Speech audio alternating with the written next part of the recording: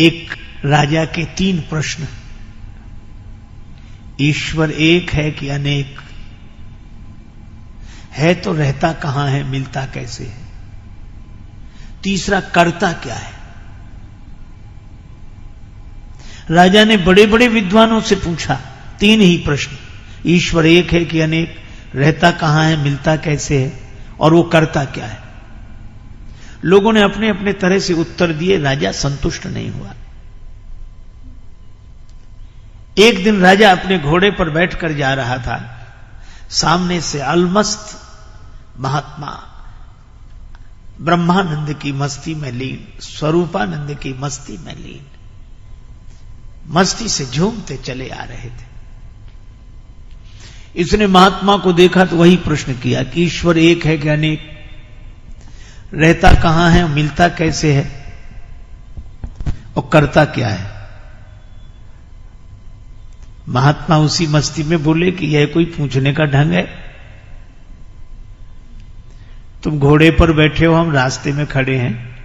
अरे पहले कहीं ठहरा,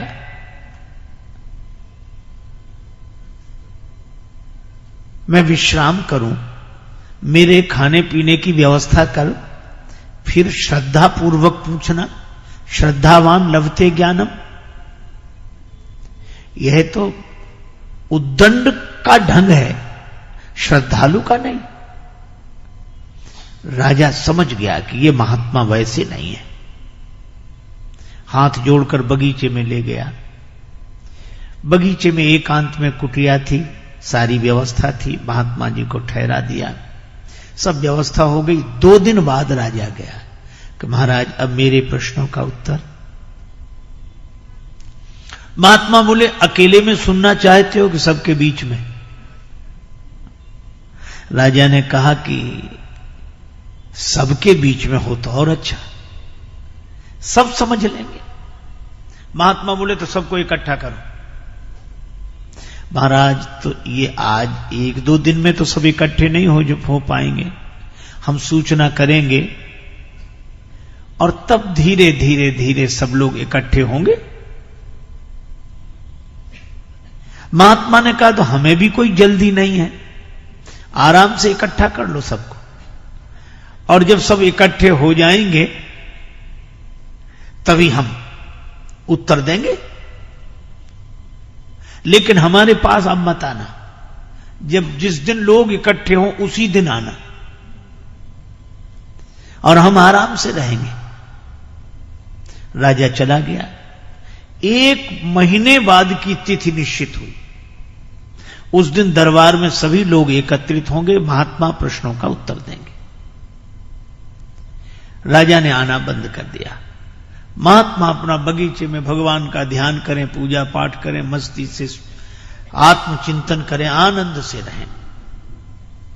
शाम को घूमने जाते। खेत पर एक किसान काम करता, सवेरे मिल जाता, शाम को मिल जाता। महात्मा ने उससे मित्रता कर ली और किसान से कहा कि कभी हमें काम पड़े तो हमारा कहना मानोगे? जो आज्ञा महाराज। अब 3 दिन बचे उस तिथि में। महात्मा ने किसान से कहा कि हमें जरूरी काम अब आ गया है, कल तक बता देंगे?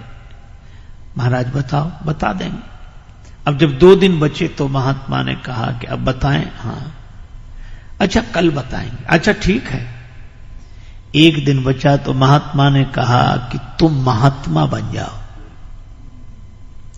अरे बोले महाराज हमारा परिवार घर बार, हम ऐसे कैसे? महात्मा बोले वैसे नहीं, महात्मा होने के लिए नहीं कह रहे हैं, महात्मा बनने के लिए कह रहे हैं। सचमुच होना तो कठिन है, साधु होना कठिन है। चढ़ना पेड़ खजूर, चढ़े तो चाखे प्रेम रस, गिरे तो चकना चूर। होना कठिन है, पर बनने में क्या कठिनाई? तो बोला महाराज, महात्मा बोले 1 दिन के लिए बन जाओ। ठीक है महाराज। सिर मुड़ा लेते हैं, आपकी तरह कपड़ा पहन लेते हैं। और महात्मा बोले एक शर्त और। क्या? अपना लिबास हमें दे दो। हम किसान बने तुम महात्मा बनो। अच्छा महाराज यही भी, अब महात्मा बन गए किसान, बड़ी बड़ी दाढ़ी बाल और किसान के कपड़े पहने, महात्मा के सामने हाथ जोड़े और किसान बन गया महात्मा। महात्मा बोले डरना नहीं, राजा के सामने चलना है। फिर राजा पूजा करेगा, आरती करेगा, प्रणाम करेगा, तुम डरना नहीं।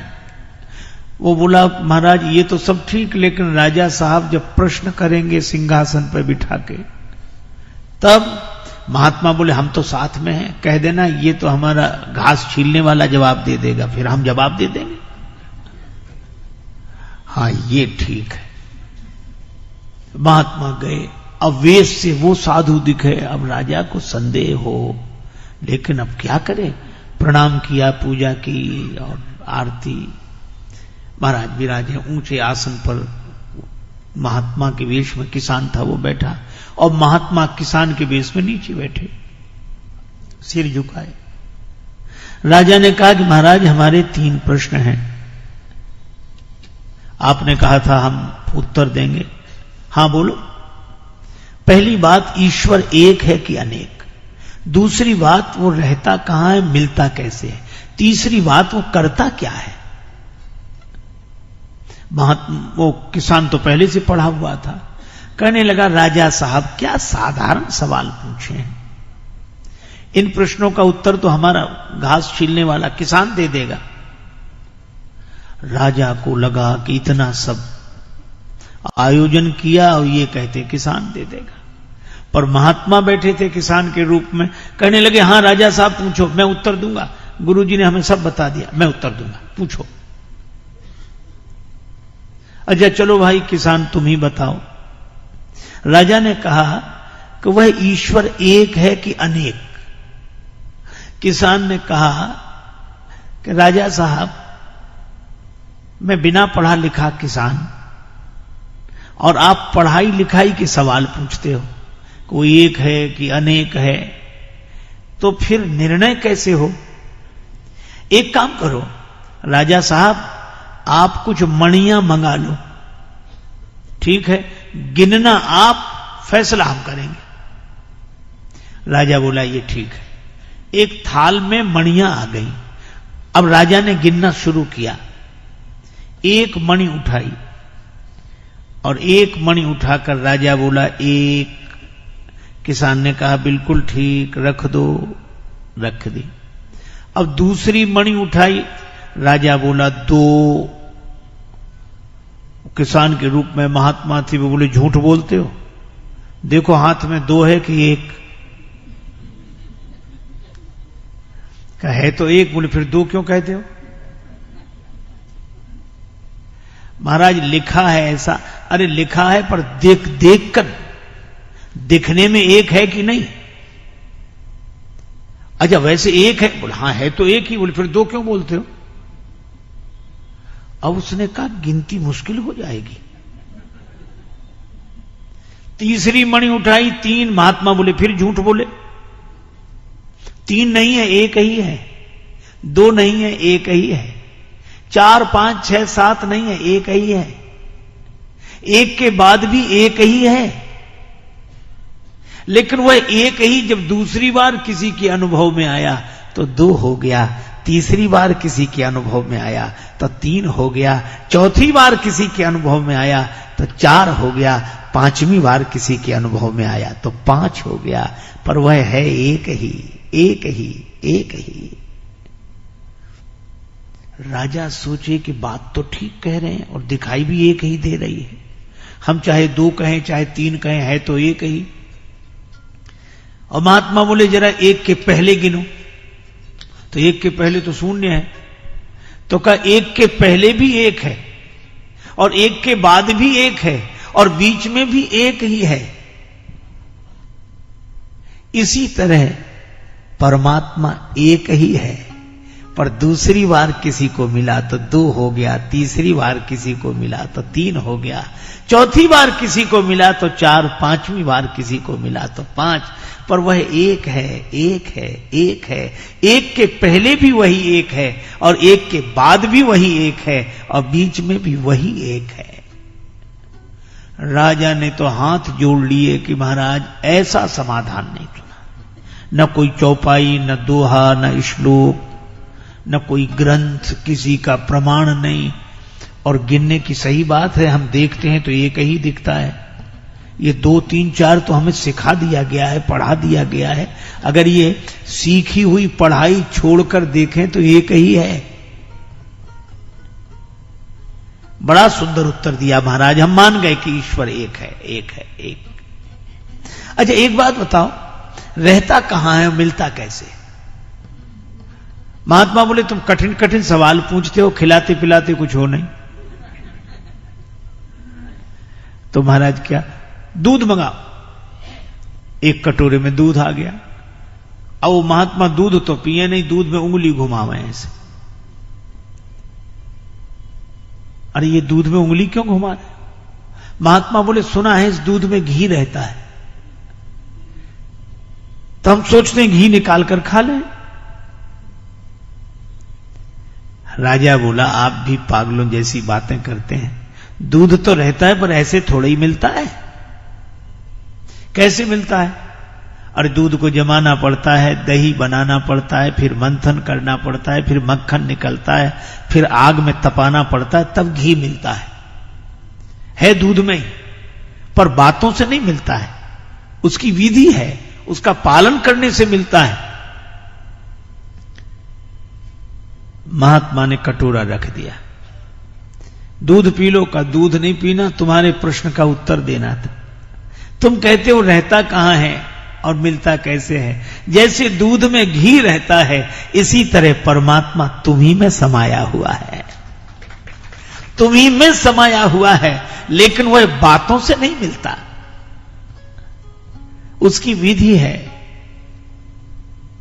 पहले निष्ठा जमानी पड़ती है, फिर विचार की मथानी से उसे मथना पड़ता है, तब वैराग्य का मक्खन निकलता है, फिर तपस्या की अग्नि में तपाते हैं, तब घी प्रकट होता है। वह इसी तरह वह परमात्मा तुम्हारे भीतर से ही प्रकट हो जाएगा, पर उसकी विधि है। राजा बोला कमाल का, ऐसा उत्तर नहीं सुना। अच्छा एक अंतिम सवाल, करता क्या है? महात्मा बोले कि अब एक बात बताओ, तुम सवाल पूछ रहे हो, मैं उत्तर दे रहा हूं, तो तुम हमारे गुरु हो कि हम तुम्हारे गुरु? राजा बोला गुरु तो आप ही हो। महात्मा बोले फिर ये कोई ढंग है कि तुम सिंहासन पर राजा बने बैठे रहो, हम नीचे बैठे रहे? फिर उतरो नीचे। राजा नीचे उतरा और किसान के रूप में महात्मा सिंहासन पर जाकर बैठ गए। अब राजा नीचे बैठा, कुछ उत्तर पाने के लिए महात्मा बोले ही नहीं, तो कहा कि महाराज आपने उत्तर नहीं दिया। किसान बोला यही करता है, राजा को किसान की जगह बिठा देता है, किसान को राजा की जगह बिठा देता है, बड़ों को छोटा बना देना, छोटे को बड़ा बना देना, यही उसका काम है, रोज यही करता रहता है। मसकई करई विरंज प्रभु अजहि मसकते ही।